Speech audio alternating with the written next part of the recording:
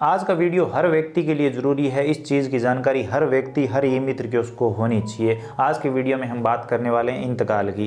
अंतकाल कहते हैं हम, लेकिन वो इंतकाल होता है। इंतकाल का मतलब भूमि का जो मालिकाना हक है उसमें अगर कोई बदलाव हुआ है और उसे हम सरकारी रिकॉर्ड में चढ़ा रहे हैं, उसे इंतकाल कहते हैं। अब इंतकाल कैसे चढ़ाया जाता है और इसमें क्या क्या डॉक्यूमेंट चाहिए उसके बारे में बात करने वाले हैं। अभी जो कैंप लग रहे हैं ग्रामीण सेवा शिविर और शहरी सेवा शिविर, उनमें मुख्यतः यही काम किया जा रहा है। तो अगर आपको अपनी ज़मीन में कोई इंतकाल करवाना है, जो ज़मीन का नामांतरण करवाना है, इसे नामांतरण भी बोलते हैं, तो आप करवा सकते हैं। बात करें डॉक्यूमेंट की, तो ज़मीन का जो ज़मीन के जो सरकारी वारिस है, कानूनी जो वारिस है, उनका नाम चढ़ाया जाता है। ज़मीन का जो वर्तमान मालिक है उसकी अगर मृत्यु हो जाती है तो उसके बाद जो कानूनी वारिस है उनका नाम चढ़ाया जाता है इंतकाल में। तो अब उन वारिसों का नाम चढ़ाने के लिए सबसे पहले आपको चाहिए वारिस प्रमाण पत्र।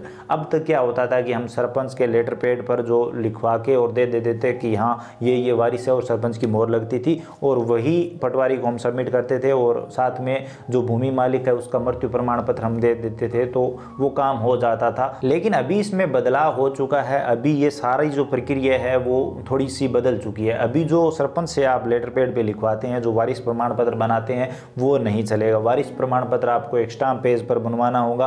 वो 100 रुपये का स्टाम्प आप ले सकते हैं, 50 रुपये का भी चल जाता है, लेकिन आप 100 रुपये का स्टाम्प लीजिए और वहाँ पर और उस स्टाम्प पेपर पर आपको ये लिखना होगा, ये लिखवाना होगा, इस बात की घोषणा करनी होगी कि कौन कौन कितने वारिस है, और उन वारिसों को नोटेरी के सामने प्रस्तुत होना होगा, और उसके बाद नोटेरी होगा वो स्टाम्प पेपर, और उसके बाद वो पटवारी को दिया जाएगा। ये कन्फर्म होने के बाद कि हाँ इस व्यक्ति के इतने वारिस है, वो स्टाम्प पेपर पर सब कुछ दर्ज हो जाएगा, और उसके बाद वो स्टाम्प पेपर साथ में जो वर्तमान भूमि मालिक है उसका मृत्यु प्रमाण पत्र, और साथ में आधार कार्ड भी, आधार कार्ड और जो वारिस है उनके आधार कार्ड भी आप लगा दीजिए, और वो सारे डॉक्यूमेंट आपको पटवारी के पास सबमिट करने होंगे। साथ में वो जमाबंदी, जिस ज़मीन में आप नामांतरण करना चाहते हैं, इंतकाल करवाना चाहते हैं, तो वो जमाबंदी और इतने सारे डॉक्यूमेंट आप पटवारी को सबमिट कर दीजिए। उसके बाद पटवारी तुरंत ये प्रक्रिया ऑनलाइन कर देगा। ऑनलाइन सारे डॉक्यूमेंट अपलोड होंगे, और उसके बाद अभी जिस ज़मीन में जो भूमि मालिक है जिसकी मृत्यु हो चुकी है, उसके स्थान पर जो वारिस है उनके नाम ऑनलाइन दिखाई देने लगेंगे, और उनके नाम से ही जमाबंदी निकलने लगेगी। लेकिन इसमें महीने 1.5 महीने का टाइम लगता है। कई बार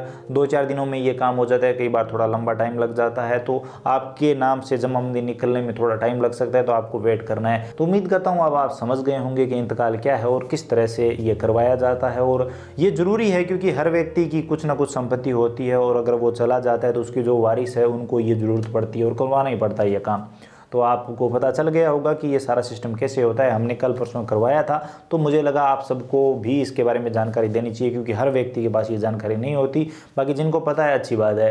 बाकी अगर आपको ये वीडियो इन्फॉर्मेटिव लगा है तो लाइक करिए, अपने दोस्तों के साथ शेयर करिए, ताकि उन्हें भी इस जानकारी के बारे में पता चले। इसके अलावा अगर आप चैनल पर नए हो तो सब्सक्राइब करके घंटी का बटन दबा लीजिए, ताकि आने वाले सभी वीडियो और नई नई अपडेट आप सबसे पहले देख पाएँ। इसके अलावा अगर आपके मन में और कोई सवाल सुझाव है, आप और कुछ भी जानना चाहते हैं, बताना चाहते हैं, तो बेझिझक कमेंट सेक्शन में बताइए, हम जरूर बात करेंगे। चलिए मिलते हैं अगली वीडियो में नई अपडेट के साथ।